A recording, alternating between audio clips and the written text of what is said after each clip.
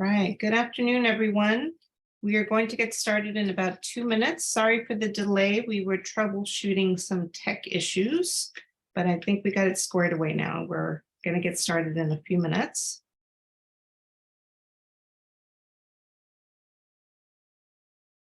All right.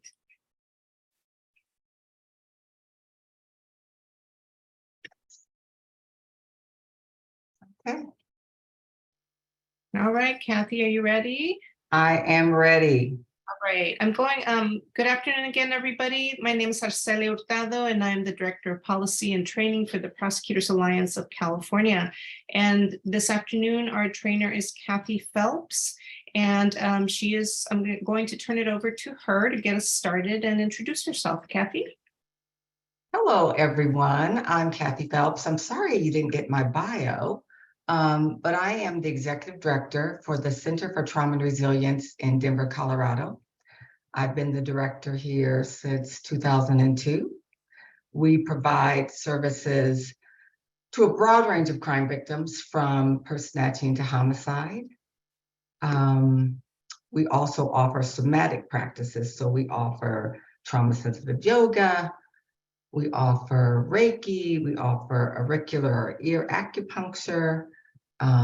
We have some dance work we do with clients. And I'm happy to be here presenting to you today. We won't have a whole lot of time to chat, but there are a few things that I'm going to ask you to put in the chat as we move forward, okay? So first, we're going to do the commercial stuff. This training is being brought to you by OVC, the Office for Victims of Crime. And this is the mission statement for OVC. It is to enhance the nation's capacity to assist crime victims and to provide leadership with all the changes and attitudes, policies, and practices in a way that, though, promotes justice and healing for all victims. Kathy, if you're trying to share your slides, we can't see them. Oh my gosh. Oh, You just have to press share screen, or I can do it for you. Yes, I did share screen. How There about now? Okay. Yeah. You see them now? I do. Okay. Do you see full screen or do you see? I see the tiles on the left. Oh, shoot. Okay. So we are still having some issues. Okay, do you want me to share my version or? How about now? Yes. Now we. Okay. Okay. All right. Perfect. Sorry for that, everyone. Anyway, OVC TTAC, of which I am a consultant, we have a variety of trainings and technical assistance that we use. We do a lot of in-person training, and they offer all kinds of things for you: tools, surveys, feedback forms, evaluations.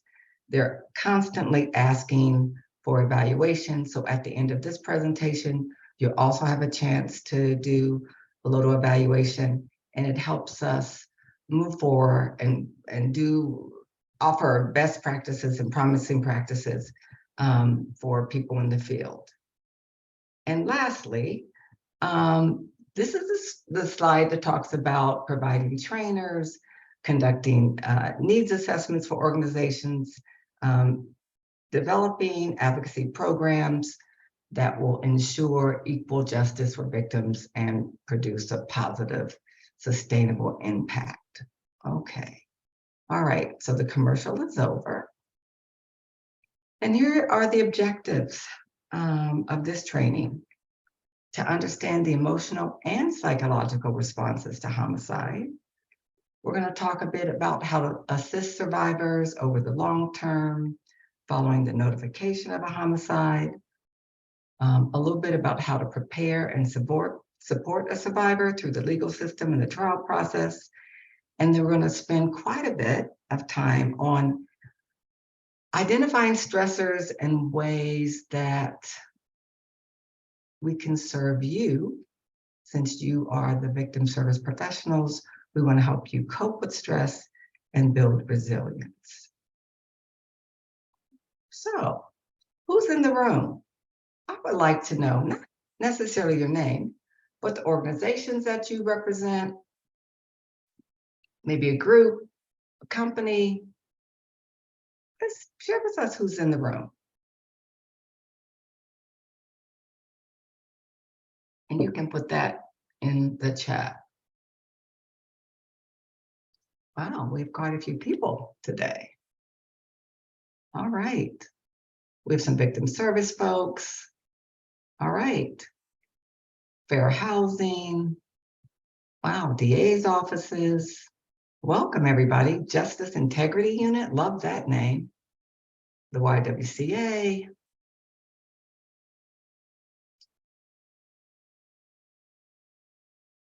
Thank you, some therapists. Nice. So we have a lot of people who've joined us today. Some victim advocates. Wow, this is quite an organization. Some universities, family crisis. Thank you for putting that in the chat. I always like to have a sense of who's in the room. Oh, my PowerPoint is getting ahead of everything. So we're going to start here. Homicide defined. This is not a trick question. I wanted to put this here because homicide and co-victims or survivors of homicide, this is a crime like no other in our sort of criminal justice scale. Typically, you may be able to recover from intimate partner violence, from an aggravated assault, from fraud, but from a homicide, the recovery is prolonged, difficult, if it ever occurs. Death is final, as we know. Very different from other kinds of death that might be more natural or expected. I wonder how many of you know this statistic. It was surprising to me when I started this presentation. About 1 in 10 Americans will lose a loved one to homicide during their lifetime. And if there are 182 people on this webinar, I'm one of those. I'm one of those 1 in 10 who lost a nephew to homicide a few years ago. And so there are at least 18 of us, right, on this chat. Black and Latinx individuals are more likely to lose a loved one and may face barriers getting support services. More than 1 in 5 of immediate family members will experience post-traumatic stress disorder in their lifetime. And as a clinician, we talk about PTSD all the time, but this statistic is more than 3 times the rate in the general population. Homicide survivors and co-victims are also at risk at developing psychological disorders such as, and we'll talk a bit about this, depression, anxiety, substance misuse, and other behavioral disorders. And finally, if you are a First Nation or Native Indigenous person, healing practices are not, thank you, Rose, typically reflected in traditional grief groups. We hear that comment all the time. Denver has quite a large Native community. And when they are sent to traditional or the sort of recipe-driven grief groups, they find that they fall short. So our first objective is to understand the emotional and psychological responses to homicide. This is a photo of a family in Uvalde. Emotional responses. Of course, there's going to be shock and numbness and prolonged sadness. Of course, lots of anger, which I'm sure many of you see, and also guilt. Three kinds of guilt, really. There'll be guilt about commission, something I did, omission, something I didn't do, or what we call existential guilt. And that's guilt is that I was there, or I could have been there, or I was saved. Why didn't it happen to me? Why did it happen to this other person? And along with that, self-reproach. Lots of woulda, shoulda, coulda, lots of guilt about why I'm still here and they're not. And anxiety. And when we talk about anxiety, most people talk about the behavioral parts, feeling jumpy, feeling nervous, and the heart racing. But really, in homicide survivors, it's impending doom. They are waiting for the next shoe to fall, right? One catastrophe will follow another catastrophe, and you will hear that all the time. Loneliness, right? Depending on their station in life and who this person was to them, what's going to happen to them now? Helplessness, right? What do I do now? Who makes decisions? How do I go forward? And then yearning, right? Really craving, wanting to see this person. It's intense, it's overpowering. And these last two, I wonder if you have heard this or seen this. Emancipation. On occasion, we have served clients who feel like, wow,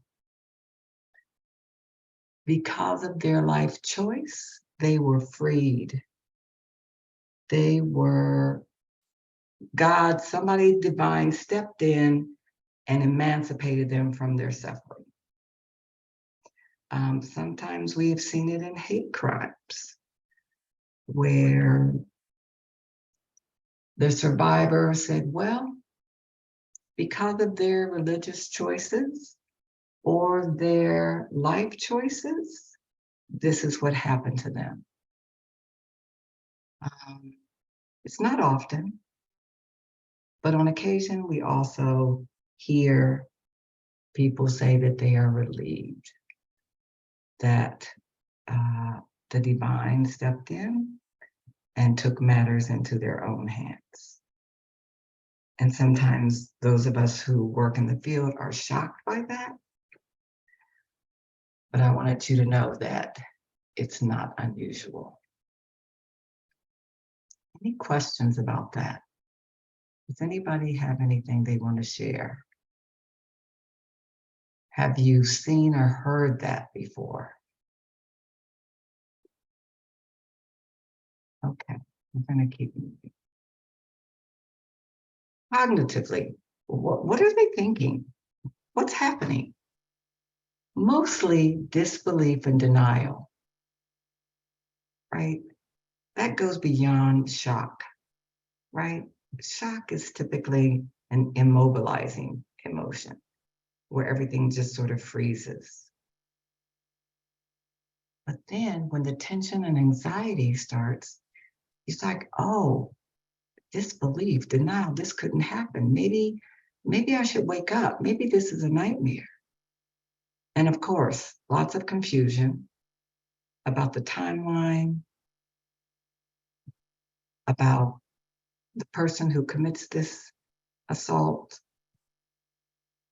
And then sometimes both auditory and visual hallucinations, because you're so preoccupied, survivors, co-victims, they're so preoccupied, yearning, desiring, longing for the person. They hear them whispering to them. They may see images of them. And on occasion, there is some, however brief, suicidal ideation of wanting to join their loved one. Perhaps in the criminal justice world, you may not hear that so much, but in the clinical world, we hear that a lot. Well, I'm tired anyway. I might as well join them. There's nothing left for me to do. They were all I had. They were who I was living for. Sure, I can repeat the 3 types of guilt. It's guilt by omission, something you didn't do, commission, something you did do, and existential guilt. Sometimes existential guilt is, you hear military guys talk about it quite a bit, that they survived and their buddies didn't, right? Yeah, thank you. And behavioral responses. Absolutely sleep. Sleep is number 1. It is absolutely going to be present in homicide survivors and families. Maybe they sleep too much. Maybe they can't sleep at all. Maybe they have difficulty falling asleep. I'm working with somebody, it takes her at least 35 minutes to fall asleep every night. Or they can fall asleep, but they wake up frequently throughout the night. So sleep is huge. You're always going to see that. And sometimes appetite disturbances, can't eat, won't eat, nothing tastes good. Social withdrawal, don't want to be around people, want to be isolated, want to grieve in private, want to stay preoccupied with thinking about their loved one. And of course, dreams. And because all of that becomes uncomfortable, substance misuse. A few more glasses of wine, maybe some over-the-counter medication, maybe more alcohol, maybe more cannabis, weed. Sometimes actively calling out, searching out, going to the place where their loved one was hurt, if that's possible. Tears, of course, and clinging to reminders, whether it's clothing, jewelry, photos, all of those things. And vigilantism. Again, not sure how often someone would disclose to you all that they want to seek justice if they can't get it in the criminal justice system, or that they have a plan if the legal path doesn't work out. And we have to listen closely to that with survivors and co-victims of homicide. How are we doing? Okay, we'll keep going. Our second objective is to discuss assisting survivors over the long term. And long term is relative, right? Preparing survivors for the trial, of course, and I'm sure you all have some kind of protocol for that. But during the trial, check in, accompany them, sit beside them, hold their hand if possible. Share with them the purpose of the victim impact statement. And after the trial is over, still check in and offer them community or online resources. I can't tell you how many times people say to me, we didn't know the Center for Trauma and resilience existed in Denver. We never needed it.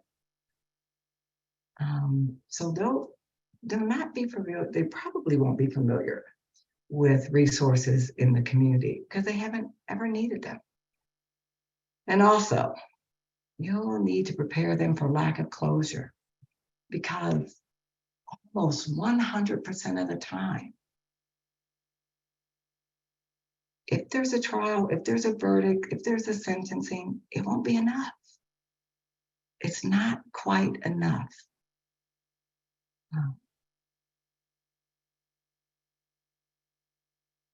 Right? Let's keep on. Objective number 3, preparing and supporting the survivor through the legal system and trial process. This, I'm sure you all are very familiar with, right? Important. What I hear from survivors and family members is that they don't know who all the players are. So they want to know, what's a prosecutor? What's an investigator? They're pretty clear about victim advocates and judges, but what are the roles of all of these people? And how do they play out in this whole process? Who's the boss? And then court rules. Continuances are extremely frustrating to survivors, co-victims, family members. Who's making these rules? Why is the process delayed? You'll have to normalize that for all of them. And if your state, and I believe California is included, does have a victims' rights amendment, what it covers and what the limits are, right? Because without that information, they're always saying, but I have a right. Isn't this covered under the Victims' Rights Amendment? And different set of rules is victims' compensation and what that covers and what their rights are and what the limits are. I'm not sure what it is for you all, but in Denver, it's about $3,000 a person. But that's for sort of therapy, but it covers medical and prosthetics. It covers burial, but it doesn't cover things like rent assistance, right? So explaining to them what that is and whose office handles that. And then, of course, the media, and sometimes how the media can portray the victim or co-victims or a family and preparing them for that, because sometimes it is negative or unflattering, or they get the facts mixed up or completely wrong. But don't let your clients be surprised by that. And then the resources for support. So ahead of time, looking for what's available in the community. Restorative retelling is a very popular evidence-based grief support group.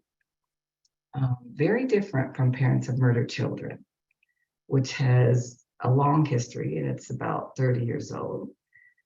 But if the person wasn't a child, people don't feel like they can reach out to them. And in most cases they can.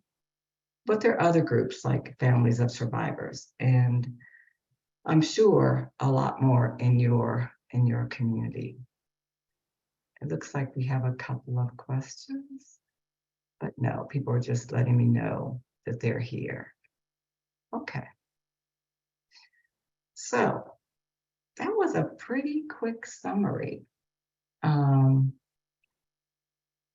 I want to just highlight here that many homicide co-victims must interact with the judicial system following the loss of their loved one. They typically don't have a choice, and sometimes that's difficult. And depending on the complexity of the issues involved, survivors and co-victims may have been suspects in the crime, and that makes it difficult for them to work within this system. We've already talked about the secondary traumatization that they will experience while they're trying to navigate this system with you. And that finally, they will not likely get the closure that they seek. Questions about any of that, you can put it in the chat and I will try to address them.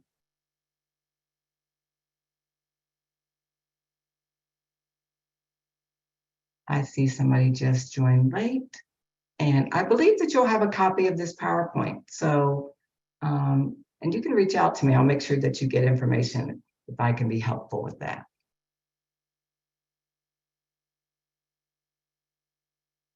Okay, nothing in the chat? All right, we're going to move forward. I was going to do a break, but I think we can just keep going forward. So this is your part. We're going to spend quite a bit of time talking about stressors and the ways that we can cope and build resistance. And someone once helped with survivors in LA. So we can do some networking after this. All right, compassion, stress, and fatigue. This is how I define it. It occurs when the balance between secondary trauma and the satisfaction that we find doing our job become unbalanced. What do you think of that?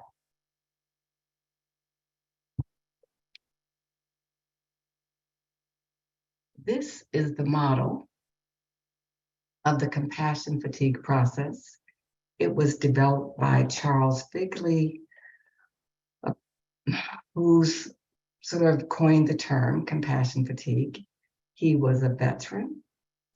When he left the war, he decided he wanted to open a clinic and treat veterans. And what he saw as his staff began working with clients is that pretty soon a lot of his staff began to exhibit symptoms and behaviors that looked exactly like the people that they were treating. So compassion fatigue was coined. He created this chart around 2001, and I'm going to go through it with you. So we start with, your empathetic ability. The reason that you got into the field, the reason that you want to do this work, because you care about this issue. And then you get exposed to suffering. And of course, in the yellow, you have an empathetic response, right? Because that's what you were trained to do. And then you have a sense of satisfaction because you're doing the work. This is difficult work. Everybody can't do this kind of work. And what he calls detachment, that green box on top, we would today call boundaries. That it's important to have boundaries doing this work. But the longer you stay in this work, you have prolonged exposure to suffering, all kinds of suffering. And you'll have more residual compassion stress. And then you add to that your own traumatic memories, if you have them. And then you add to that other life demands. And that could be traffic, a wedding, a divorce, an adoption. It could be something at work. It could be your in-laws, but other life demands. And without intervention, that's what leads to compassion stress. How many of you have seen this model before? Put that in the chat. Any questions about this model? Does it make sense?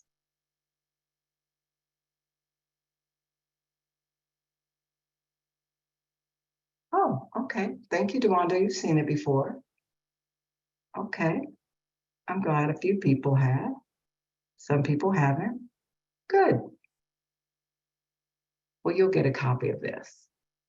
Okay. So we're talking about this issue of compassion fatigue and vicarious trauma. We talk about it like it's all cerebral, like it's all in the brain.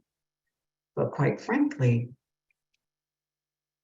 trauma, stress, vicarious trauma, most of it is held in the body. And the body experiences compassion fatigue in many different ways. I've got 4 of them up here: physical, emotional, psychological, and behavioral, right? So my question to you, how do you experience compassion fatigue physically? What does it look like for you? Put that in the chat.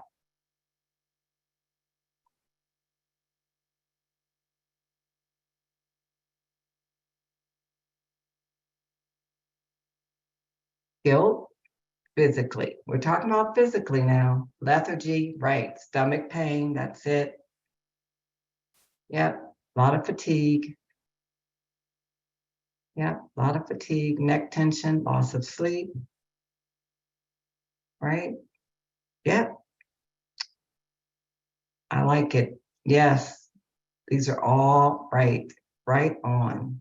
Lots of headaches, exhaustion, weight issues, absolutely. Right? Loss of patience. We're talking about physical. Back pain. What else? I'm looking for a couple of specific things. Yep. Knots in your shoulders. Yep. Okay. All right. Okay. Physical. Migraines. Okay. All right. Teeth grinding.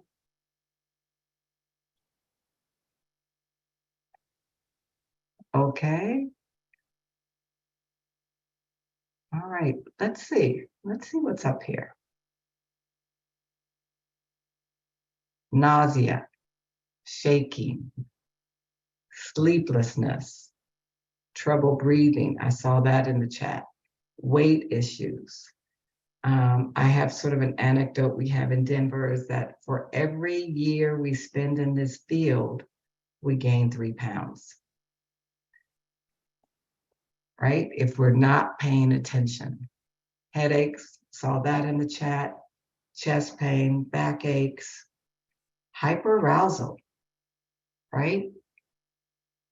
That startle response when you're in traffic and somebody blows the horn and you jump out of your skin.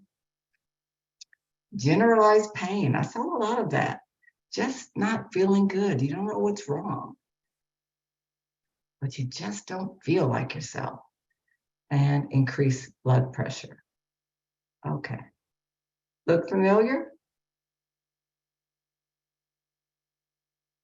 Blurred vision. Yes, empty and numb. Thank you. Not feeling at all, Ruben says. Okay. All right. And let's look now for emotional. What does it look like emotionally when you are experiencing a great deal of stress, whether it's secondary trauma, vicarious? What does it look like emotionally? There it is. Anger, crying, always angry. Yep, short fuses. Give me something else. I'm looking for something else, right? Impatience,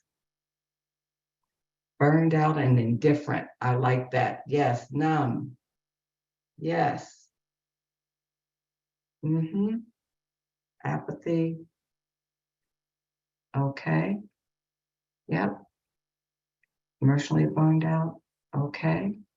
Yep. Feeling helplessness. Yeah, exactly. You're right. You are all right.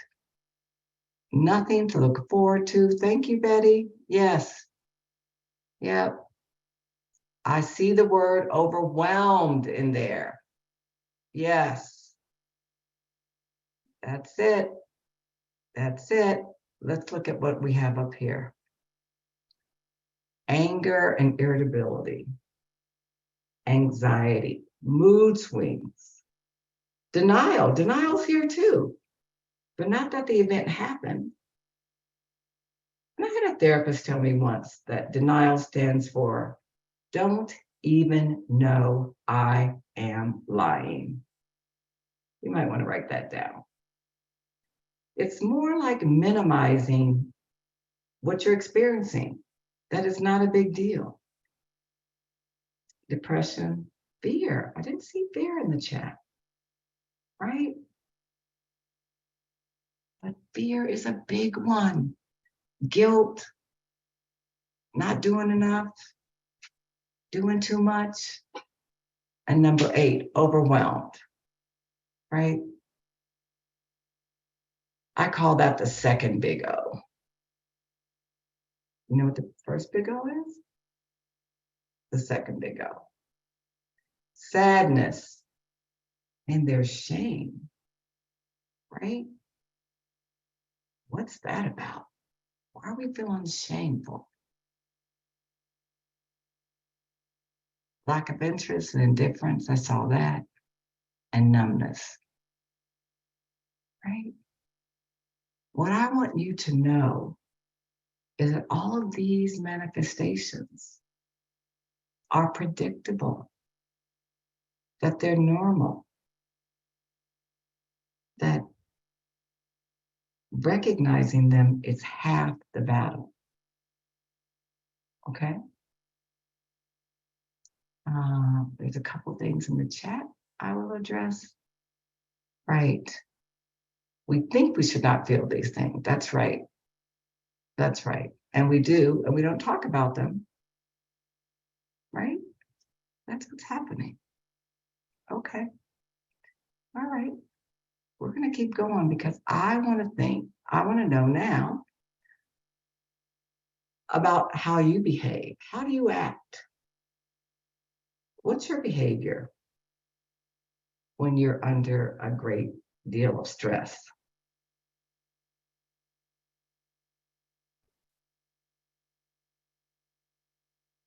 From your job, put that in the chat. Of working with families. How do you cope?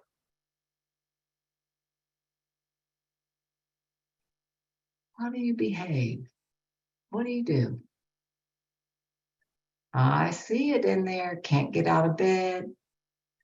I've got some retail therapy there. I've got some drinking, eating too much.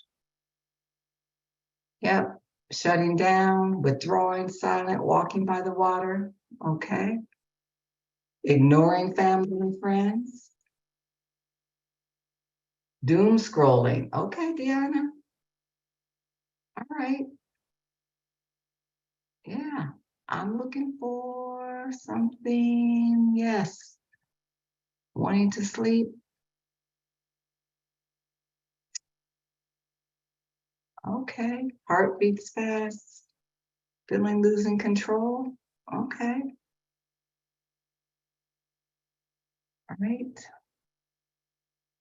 Not wanting to be around crowds, that isolation piece. Okay. Clingy behavior. I see that. The feeling of drowning. Okay, Jessica. I see that. Yeah. Anxiety. Right. Thank you for sharing. Thank you for your honesty. Cannot concentrate. Absolutely. Okay. Let's see what we have here under behavior. Number one, increased use of alcohol, cannabis, or even over-the-counter drugs, right? I know my staff is in trouble when they start talking to me in supervision about NyQuil or Advil PM. That, one glass of wine used to be good, but now two is even better when they mix it with the medication that they got when they hurt their knee last year, right? Lack of motivation or energy. You're just like, I don't want to go to the birthday party. I don't want to go to happy hour. I don't want to go to the wedding.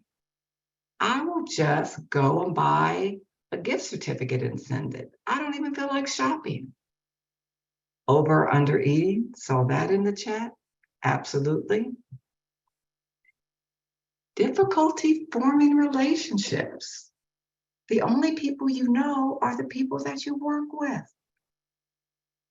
When was the last time one of you made a new friend?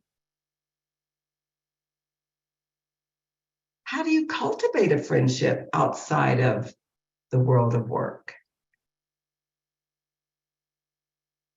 Do you even bother because they don't understand what you do and you don't want to take the time to explain it to them?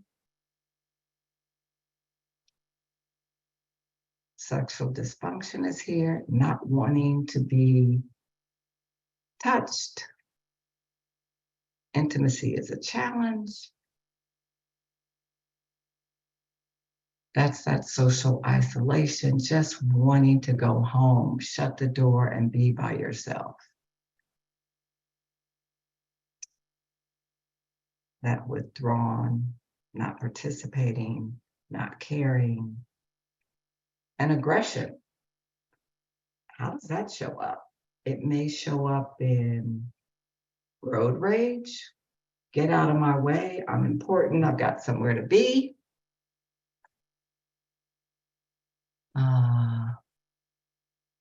Yeah, I see some of that, right? Somebody said retail therapy. Yep, hitting that Amazon button, right? Trying to cope. Trying to cope. Thank you. Thank you all for sharing that. So what do? This is how the limbic system of the brain, it's responsible for fight, flight, freeze, or faint responses, right? So it's not your head that is wanting to cope in all these ways, it's your body. We know hormones are not a joke, right? And when you get triggered, stress, and it doesn't matter, and your body doesn't know, right? It doesn't know if it's a bear chasing you or somebody pointing a gun at you or somebody honking a horn at you. It releases the same cocktail of catecholamines, which is adrenaline, corticosteroids, energy, opioids, which is like a natural morphine to block pain, and oxytocin. People say oxytocin. How is that possible? That's what women secrete when they're breastfeeding, right?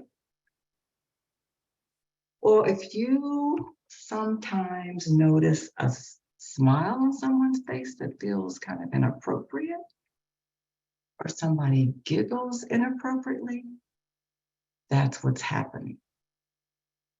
This cocktail is extremely caustic to the body, and it happens in an instant, right? And it happens over and over again. And this is what gets impacted, right? Heartburn comes from somewhere.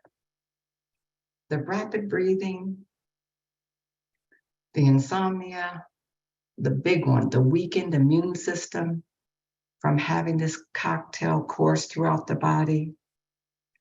High blood sugar, pretty normal, high blood pressure, right? Stomach aches. Here it is, pounding hearts, fertility issues, erectile issues, missed periods, muscle tension. It's all there and more. This is what it looks like when you are in the midst of that cocktail. This is what happens, right? What do you think about this? Look familiar? Sound familiar?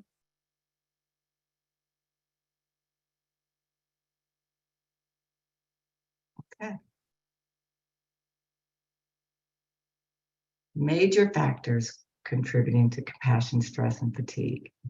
Number one, poor self-care. So this isn't just lip service, right? Self-care is not something that you do when you're crashing and burning. It's something that you have to do as maintenance. Other factor, number two, previous unresolved trauma, right? Sometimes we have to buy what we sell. Number three, the inability or refusal, emphasis on refusal, to control work stressors. That piece about boundaries, right? Feeling like you have to be on call 24/7, that you just got to take care of this email really quickly or respond to that text, that you're never not on. And then the last one, that you start to feel a lack of satisfaction for the work, right? Poor self-care, previous unresolved trauma, inability or refusal to control work stressors. That's that. Nobody can do it right. I just have to do it myself. And tell yourself the truth. Do you just have the same kind of passion to do this work?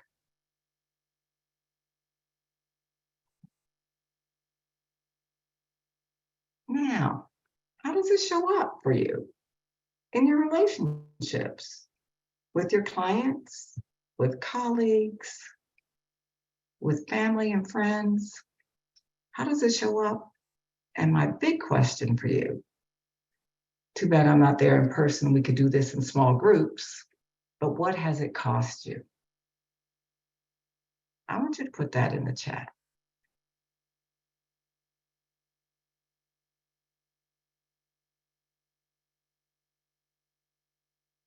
Yeah. It's cost somebody their tranquility. It's cost somebody a marriage and joy. It's cost some relationships with family members. Yeah, being too exhausted to work on anything. Your health. Thank you for saying that. Thank you. Family comes in last. Sanity. Absolutely. What else has it cost you? How does it show up?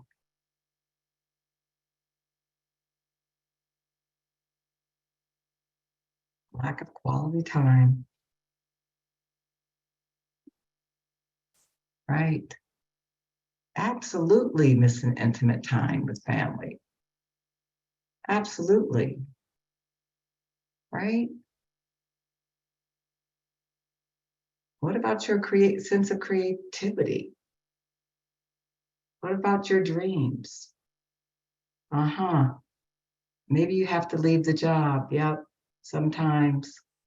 Sometimes. Right? What else? What's it cost? Huh?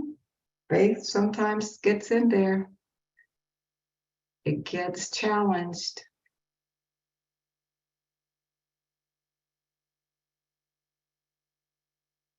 What else? Faith is absolutely a big one, someone said. Yeah, sometimes relationships have to end. Somebody no longer believes in God. Your last relationship was the cost. These are all very honest answers, the ones that I see a lot. Thank you, Gloria. Thank you for sharing. Yes. Yeah. Financial problems? Absolutely. Right?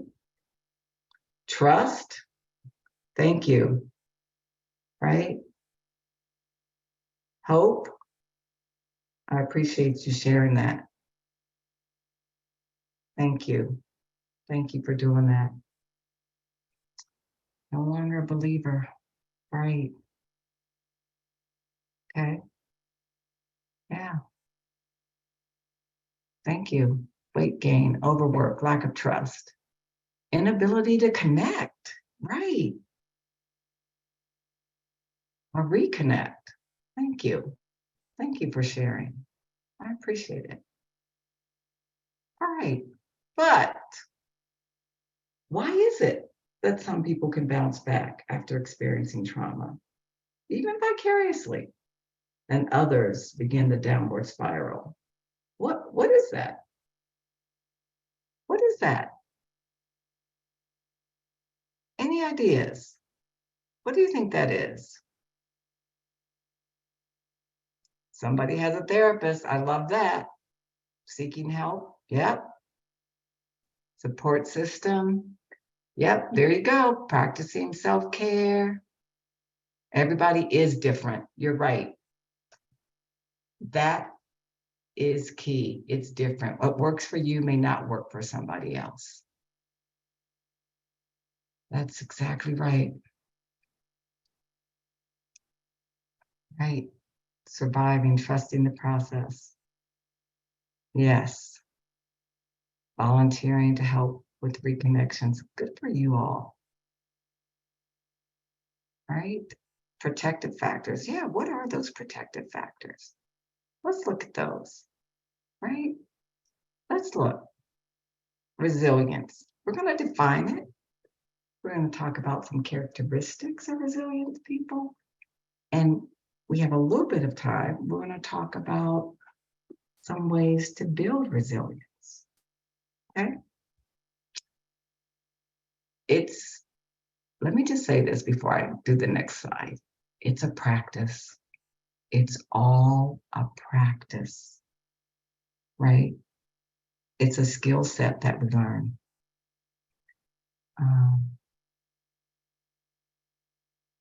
It can help you endure loss, chronic stress. And this is not my definition. This is the Mayo Clinic's traumatic events and other challenges. It helps you develop a reservoir of internal resources, not external, that you and you alone can draw on, right? It will help you survive challenges and you can even thrive in the midst of chaos and hardship, right? But it's a practice. We get there.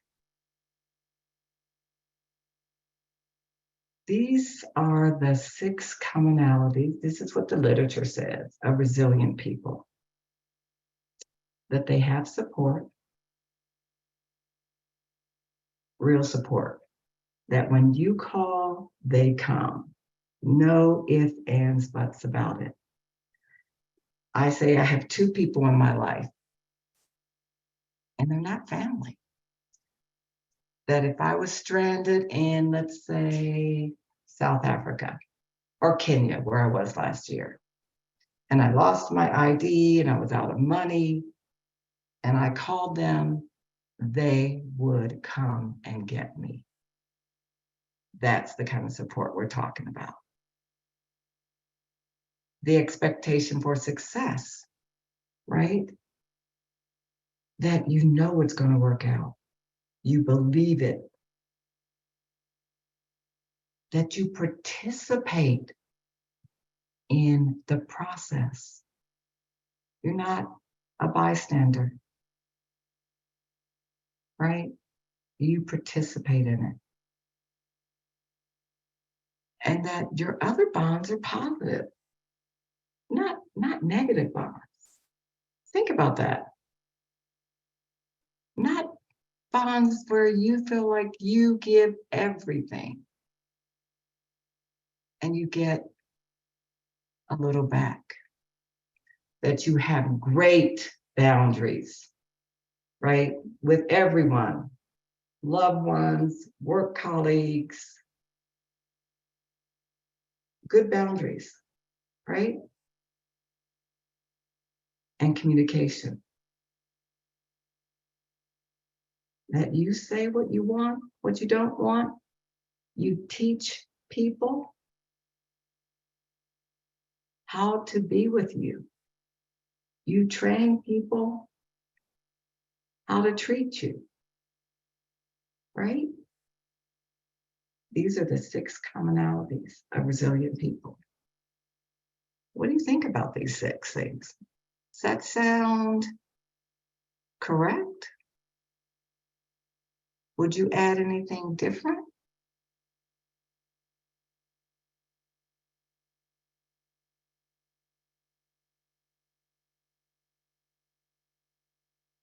This slide, I want to share this with you because this is what we used to do.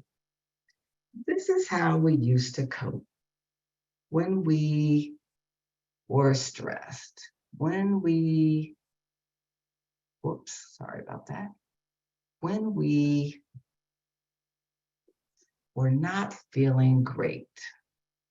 So the yellow is that we go along in our life and we're symptom free. We're not having headaches or backaches. We're on a good nutrition plan. We're eating well. We're sleeping well. We're getting those walks in. We've got something to do that's not work related. And then we get triggered, overwhelmed, or overworked. Or things, as we talked about in the beginning, get out of balance. And we go into intrusion, which is a fancy way of saying we start being anxious. Those intrusive thoughts come in. Intrusive meaning you're trying to cook dinner or fold laundry and all you can think about is what happened during the day. That case, that client, that outcome. You feel jumpy, right? That hypervigilance, increased startle response, you're anxious. And you stay there for a while, and then you cycle down to depression, but it's kind of a mild, low-grade depression. You start to isolate. You're not really interested in going to a concert. You're not really interested in activities that maybe before you were interested in. You're a little more irritable and annoyed, and people annoy you. And you might, because you're feeling down, so you might start to engage in some high-risk behaviors. And that's that retail therapy. You know you can't afford it. You know you don't need it. You don't even want it. You just buy it. Driving too fast. You know what those are. Drinking a little too much. High-risk behaviors. This is what it looks like. This is the model that we often use, all right? to deal with a stressor. And this is what happens. We spend less time in symptom-free and more time in intrusion. Why did it get bigger? It got bigger because we try to cope with things in intrusion. When we're triggered, we try to stop it there. We try to buy ourselves some flowers or get some chocolate or go on a vacation, or somebody says, learn how to play the piano, or get yourself a hobby, or try to help somebody else. But you're not eating well, you're not sleeping well, you don't have a lot of energy, you can't get off the couch. So by the time you're in intrusion, you're there a long time, right? And then you spend even more time. So depression gets larger. You spend more time in depression because you can't intervene after you're already triggered. So what's the answer?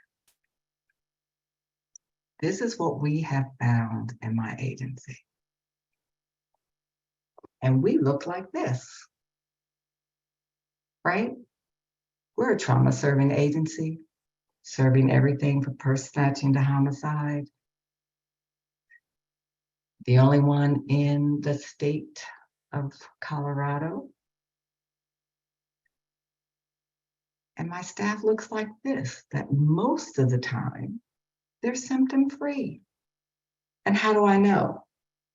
I know because we do a professional quality of life survey in January, and we do it again in July, and we do it again at the end of the year to see where we are. And most of the time, the majority of the trauma-serving staff are symptom-free. Of course, they're going to cycle through a little bit of anxiety and very little depression. Some of them skip depression altogether. How did we get here? What makes this work? How do we get here? What do you think? How did I do it?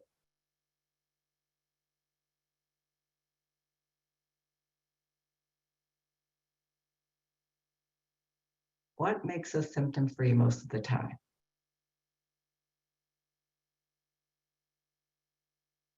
Put it in the chat. I'm curious. Communication, open door policy, absolutely. That's one of them. Lean into feelings, absolutely.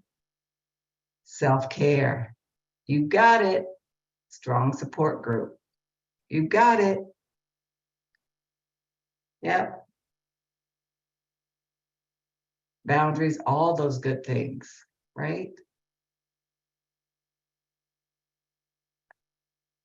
Right, vacation time and better play, absolutely. That's part of it. We have institutionalized wellness at my agency. That's in practice and in policy. And if you don't have that, it doesn't matter because you can do this. This is what makes it work. That while you are symptom-free, you are doing all the things that you want to do that make you happy. Hobbies, travel, music, yoga, pets, gardening, right? Family, art. You're doing it while you feel great. Vacations, friends, healthy food choices, right? Exercise is one of the larger arrows on here. Why is that? Why is exercise large? I'll tell you why. That toxic cocktail of all those hormones, they're water-based. They're catecholamines. which means the only way to get them out of your body is to cry them out, to pee them out, or to sweat them out, right? That helps with the balance. So you got to put things in while you're symptom free, but you also have to move things out. Because what do people tell us when we say, well, why don't you do these self-care activities? They say, I don't have time. And I say, we all get the same 24 hours. So in order to make room for these things that you want to do, you have to move out some of the things that are sucking up all of your energy. What are those things? I've listed a few. Toxic relationships. I saw that in the chat. I ended a 20-year friendship because I had become, and I'm going to say this carefully, an ask hole, A-S-K, hole. That all my friend did was ask me what to do, how to do it, and did never take advice. So I had to put an end to that relationship. Unnecessary commitments. Do you really have to move your friend over the weekend? Right? Do you have to run all the errands? Unhealthy habits. Yeah. Reaching for comfort food all the time, right? Instead of going for a walk or a climb or dance. Big one, things that other people can do. You don't have to do it, right? But we start thinking that we do. If it's going to be done right, then we have to do it ourselves. That's one of the badge of honors that we talk about in our agency that I don't have time to go into today, but things others can do. And the big one, give up things that don't serve your best interest, right? Make room for the things that do, right?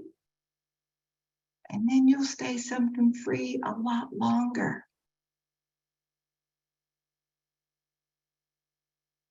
What do you think of this? I promise you, we've been using it for the last 12 years.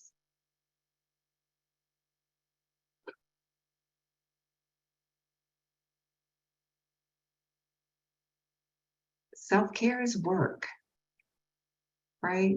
We can't lose sight of it. It's not something you do after you've crashed and burned, right? You have to try to maintain that balance.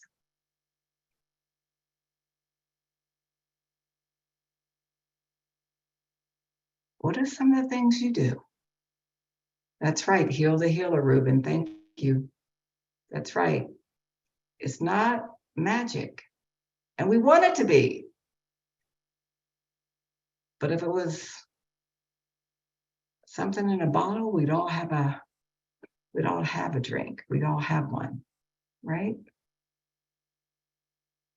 Thank you, Sonia. You go for a walk, talk to a friend. That's right. It's all about your oxygen mask. That's right. Right? Buy what we sell. How do we want to be? It's work. Work at it. It's practice.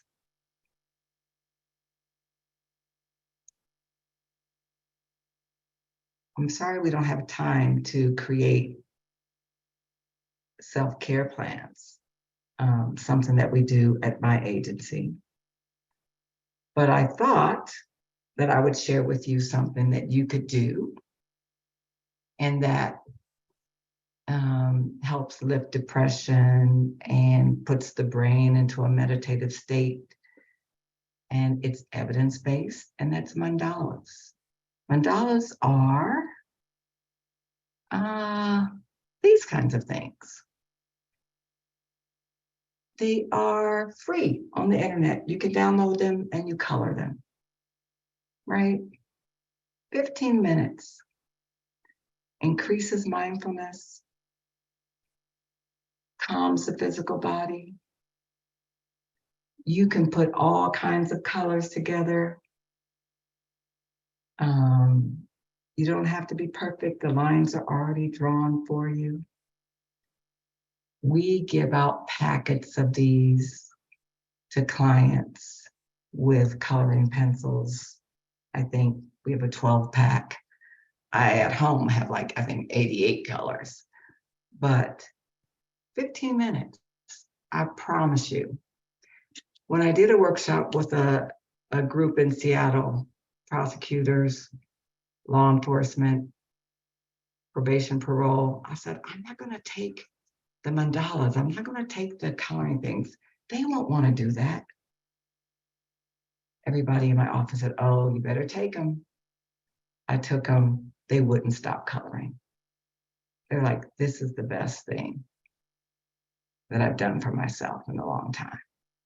So I'm going to leave you with that. Download them, buy yourself some pencils, crayons, markers, whatever works for you. You could do it in the afternoon, lunch break, early morning. It works. All right. So in closing, I like to hear a few things you take away from the workshop today. You put that in the chat, or you can certainly send it in your evaluation, which is next. Here is the QR code. And I think you'll be getting this along with the PowerPoint, so you don't have to take a picture of it right now.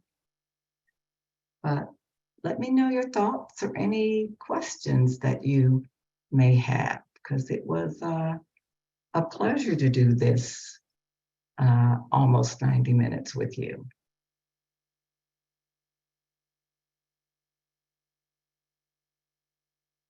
Thank you. Yes. Thank you so much, Kathy. Any questions from anyone? If you'd like to put any questions for Kathy in the chat. See a lot of appreciation for you, Kathy. Thank you. Really thankful for your expertise here and all that you've shared today. I appreciate it. And just so you know, there is a lot of information at OVC that is there for the asking. You can have a full 2-day workshop in person on vicarious trauma, compassion, fatigue, self-care. And if I can be of support or assistance to you in any way, I know this was fast, I know this was a lot, but please reach out. I'm happy to support you. There is so much I wanted to share, but I think you've got the gist of it. I appreciate your consideration. Thank you. Thank you. And I will share the PowerPoint slides, if that's okay with you, Kathy, when I send out the MCLE certificate for those who need the MCLE credit. I can do that. Excellent. A lot of interest in that.